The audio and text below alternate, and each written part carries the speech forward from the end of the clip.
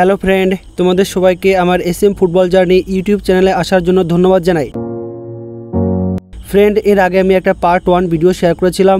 বলেছিলাম যে আমি 7টি স্কিল দেখাবো, তার মধ্যে আমি 3টি স্কিল পার্ট 1 ভিডিওতে শেয়ার করেছিলাম। যে কোন কোন স্কিলগুলো প্র্যাকটিস করলে বল কন্ট্রোল বাড়বে, সেই স্কিলগুলো আমি আগের ভিডিওতে শেয়ার করেছিলাম 3টে। তো ফ্রেন্ড, আজকে আমি এই ভিডিওতে বাকি 4টে স্কিল শেয়ার করছি। স্কিলগুলো দেখে নেবে এবং প্রতিনিয়ত এই স্কিলগুলো প্র্যাকটিস করবে।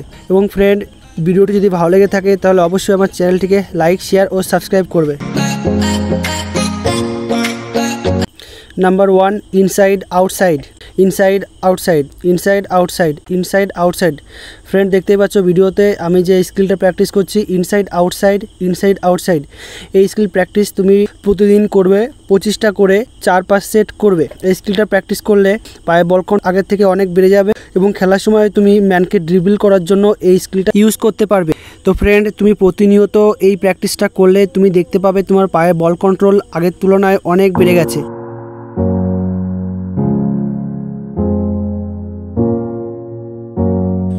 Number 2, outside step over, outside step over. Friend, যে স্কিলটা আমি করছি এই ভিডিওতে তুমি দেখতেই পাচ্ছ আউটসাইড স্টেপ ওভার। এই স্কিলটা তুমি প্রতিনিয়ত প্র্যাকটিস করবে, তাহলে দেখতে পাবে তোমার বল কন্ট্রোল আগের থেকে অনেক বেড়ে গেছে এবং তোমার ফিটনেসও বেড়ে যাবে এই স্কিলটা করার সময়। তো প্রতিনিয়ত এই স্কিলটা প্র্যাকটিস করবে এবং ফ্রেন্ড, তুমি এই স্কিলটা দিয়ে ম্যানকে ইজি ড্রিবল করতে পারবে। নাম্বার 3, জাগলিং নি হেড কন্ট্রোল। ফ্রেন্ড, জাগলিংও একটা স্কিলের মধ্যে পড়ে। এটা একটা স্কিল তুমি প্রতিনিয়ত যদি জাগলিং করো এবং প্রতিনিয়ত করতে করতে তুমি 1 সপ্তাহ 2 সপ্তাহের মধ্যে দেখতে পাবে তোমার পায়ে বল কন্ট্রোল আগের তুলনায় অনেক বেড়ে গেছে এবং তুমি প্রতিনিয়ত এই জাগলিং প্র্যাকটিসটাও করবে। তার সঙ্গে জাগলিং করার সময় নি কন্ট্রোলও করবে। আমি করছি এই ভিডিওতে, তুমি দেখতেই পাচ্ছ ফ্রেন্ড, জাগলিং, নি কন্ট্রোল এবং হেড কন্ট্রোল। একবার পায়ে না চাপে বলটা, তারপর নিতে না চাপে থায়ে এবং তারপর আবার মাথায়।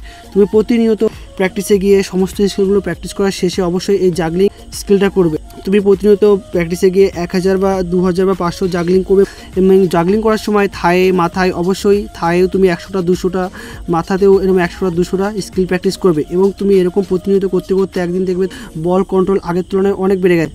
প্রথম অবশ্য হবে না ফ্রেন্ড, কিন্তু হাল ছাড়বে না, ধরে রাখবে। প্রতিনিয়ত তুমি এই স্কিল প্র্যাকটিসগুলো করে যাবে। প্রথম যদি না হয়ে থাকে তাহলে তুমি প্রথমে 100, 200, 300, 400 এরকম জাগলিং করবে এবং তুমি যখনই এই স্কিল প্র্যাকটিসগুলো করতে যাবে, জাগলিং করবে, যেহেতু একসঙ্গে 1000 হবে না, তুমি বাড়ি থেকে প্ল্যান বা টার্গেট করে যাবে যে আমি প্র্যাকটিসে গিয়ে 1000 জাগলিং করব। 1000 তো 1000ই।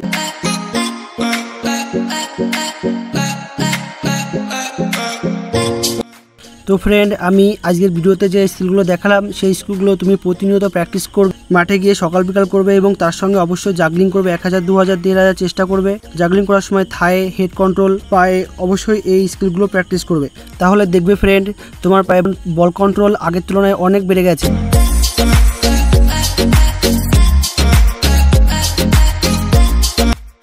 তো ফ্রেন্ড, এই ছিল আজকের পার্ট 1 এর পরবর্তী পার্ট 2 ভিডিও।